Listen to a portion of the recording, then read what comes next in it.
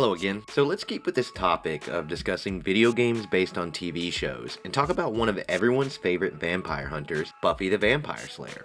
First introduced in the 1992 film of the same name, Buffy really took off with fans once the TV show took the franchise in a darker and slightly more mature direction in 1997.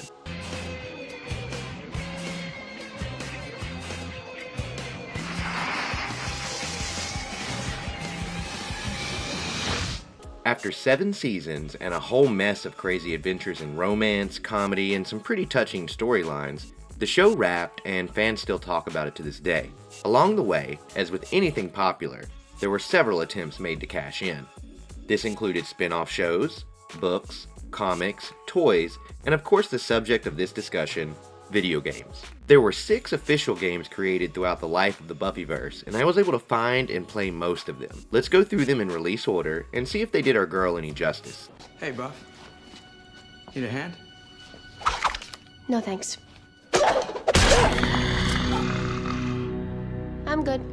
Buffy the Vampire Slayer for Game Boy Color released in the year 2000 and is set during the 4th season of the show when the Scoobies are starting college.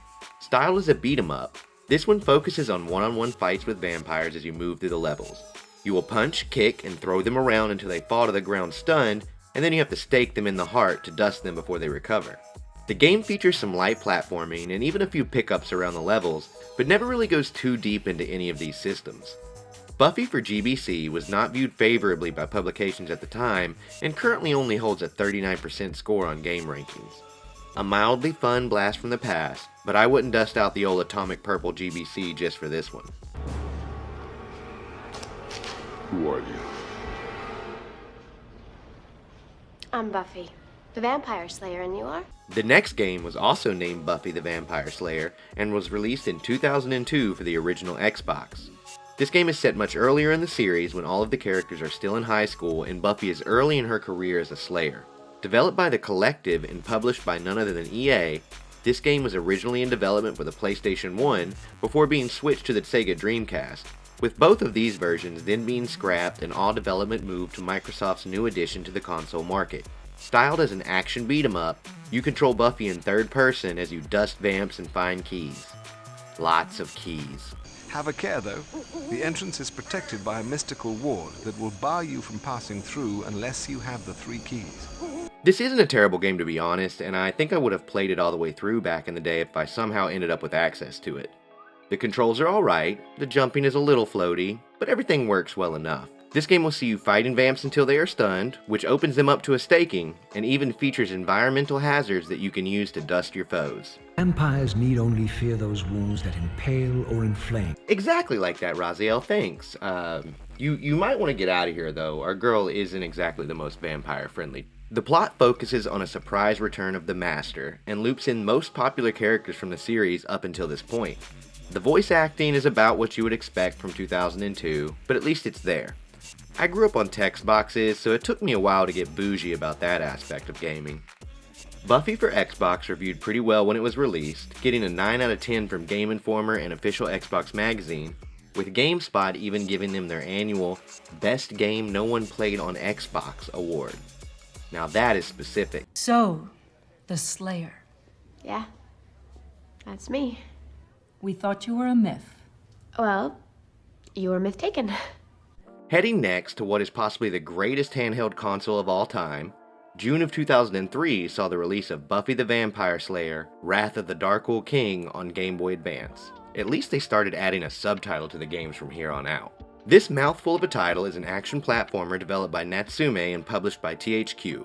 Set yet again during the 4th season of the show, the GBA game focuses on Buffy as she attempts to stop a demonic warlord from setting off another apocalypse.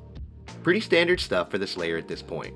Wrath of the Darkwood King uses digitized stills from the show as cutscenes and features the fun semi-3D sprites that worked so well on GBA.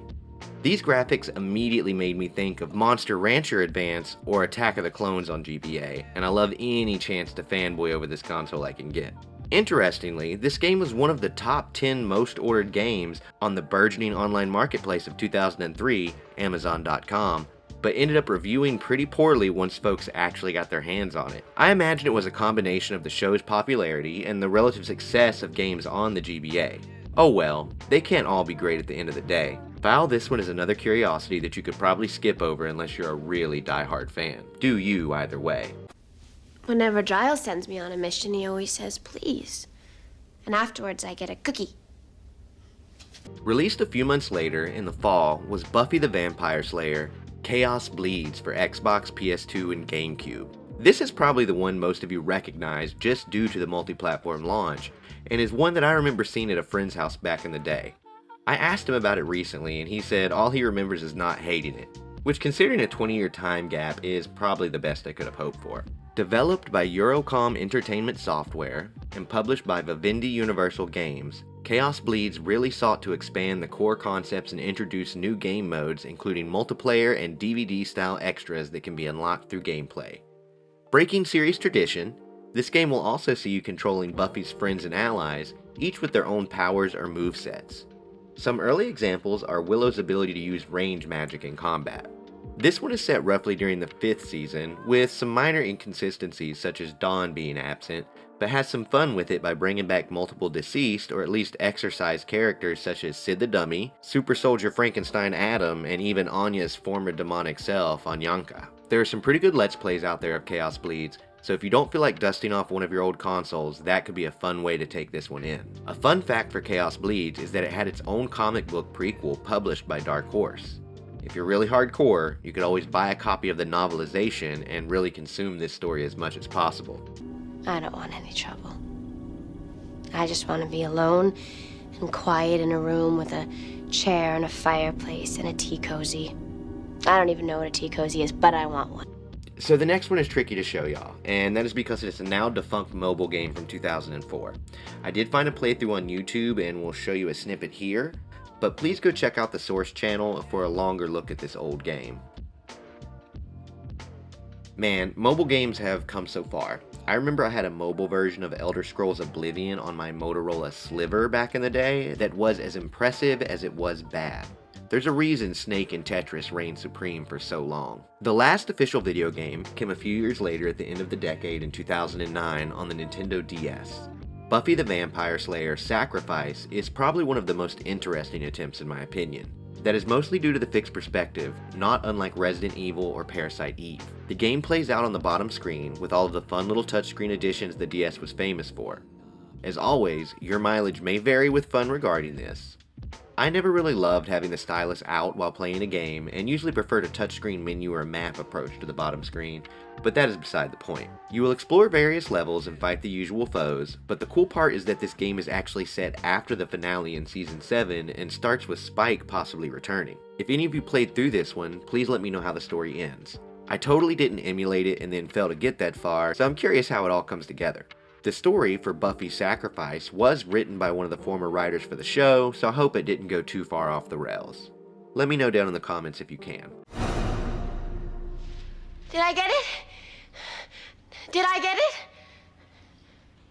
So those are the official Buffy the Vampire Slayer games. Did you play any of them back in the day or even know they existed? Either way, I hope you enjoyed the video. Please consider subscribing to the channel so you don't miss any future content, and maybe check out one of my other videos to see if I talk about something else you enjoy. As always, I appreciate any and all of your time. I've been Dr. Ursa, and until the next one, take care.